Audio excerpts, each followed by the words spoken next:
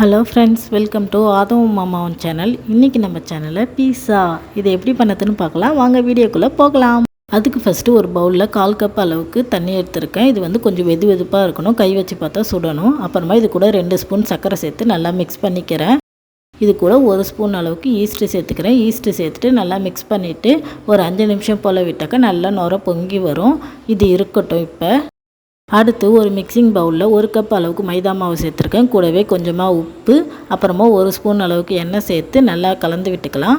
அப்புறமா நம்ம ரெடி பண்ணி வச்சுருக்க ஈஸ்ட்டு தண்ணியை இது கூட சேர்த்து நல்லா கலந்து வச்சுக்கலாம். ஆரம்பத்தில் கொஞ்சம் கையில் ஒட்டுற மாதிரி தான் இருக்கும். இதை நம்ம நல்லா பிசைஞ்சு எடுத்தாக்கா நல்லா சாஃப்டாக வரும்.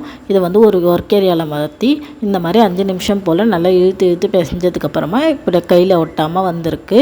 இதை வந்து ஒரு பவுலில் வச்சு மேலே கொஞ்சமாக எண்ணெய் அப்ளை பண்ணிக்கலாம். இப்போ நல்லா பிசைஞ்சு வச்சாச்சு. இது மேலே ஒரு ஈர துணியை வச்சு கவர் பண்ணிடலாம். இது வந்து 1 மணி நேரம் வந்து இருக்கட்டும். 1 மணி நேரத்துக்கு அப்புறமா நல்லா மாவு வந்து நல்லா உப்பி வந்திருக்கு, நல்லா சாஃப்டாக இருக்குது. இப்போ இதை எடுத்து ஒரு பிளேட்டில் விரிச்சிடலாம். நான் வந்து பீஸா பிளேட் வச்சுருக்கேன். அதில் வந்து மாவு வந்து நல்லா திக்காகவும் இல்லாமல் தின்னாகவும் இல்லாமல் மீடியமாக இந்த மாதிரி விரிச்சிட்டு ஓரத்தை வந்து இந்த மாதிரி கையாலே வந்து அமுத்தி வச்சுக்கலாம். அப்புறமா ஒரு ஃபோக் வச்சு இந்த மாதிரி லைட்டாக குத்தி வச்சுக்கலாம். அப்போ வந்து பேக் ஆகிறப்ப மாவு நல்லா உப்பி வராமல் இருக்கும். அதுக்காக அடுத்து இது மேலே வந்து பீஸா சாஸ் சேர்த்துக்கலாம். இது வந்து எல்லா சூப்பர் மார்க்கெட்லேயும் கிடைக்கும். வீட்டில் எப்படி பண்ணதுன்னு சீக்கிரமாக வீடியோ அப்லோட் பண்ணுறேன்.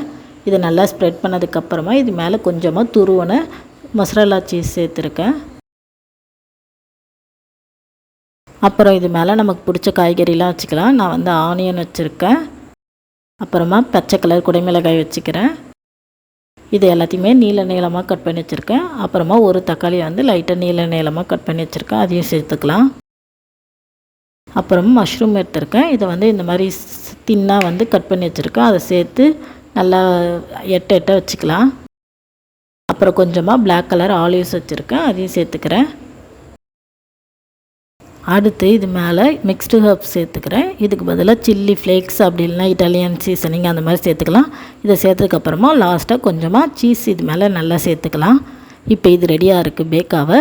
ஒரு வேளை நீங்கள் குக்கரில் செய்யறதா நல்லா ஹை ஃப்ளேமில் 15 நிமிஷம் போல் வச்சுக்கோங்க.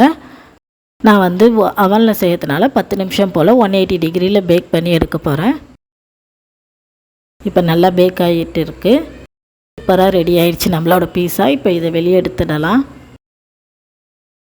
அப்புறமா ஒரு பீஸா கட்டர் வச்சு இதை வந்து ஸ்லைஸ் பண்ணிடலாம்.